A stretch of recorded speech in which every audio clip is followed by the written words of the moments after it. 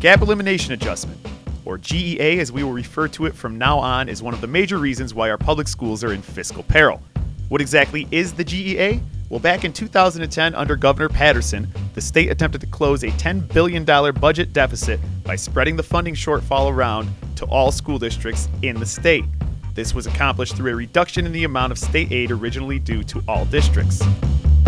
In layman's terms, you have an agreement with a man up the street to do yard work for $50 per month. He's a little short this month though, so for the same work he offers you $45 instead.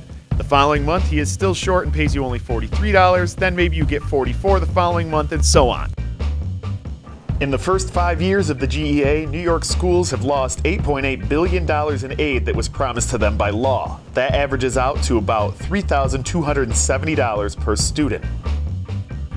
Why does this matter to us? Because school districts only have a few options to try and make that money up. One option is to raise property taxes in order to keep programs and services sustained at the current levels. Another option is to start decreasing programs, services, and staff.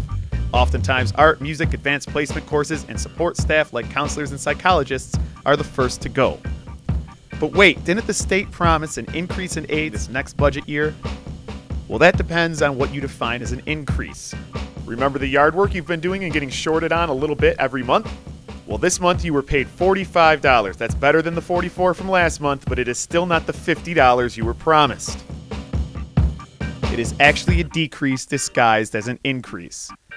Despite talk of a projected budget surplus of $2 billion in 2016 and 17, there is no end to the GEA in sight. So what can we do about it? Learn about how the GEA is hurting your district as it relates to programs and services. Learn about the opportunities that are being lost for your children and make the decision to act. Write letters, make phone calls, and meet face-to-face with your legislators and ask them to support bills that do away with the GEA. Log on to educationspeaks.org to learn more about advocating for school finance.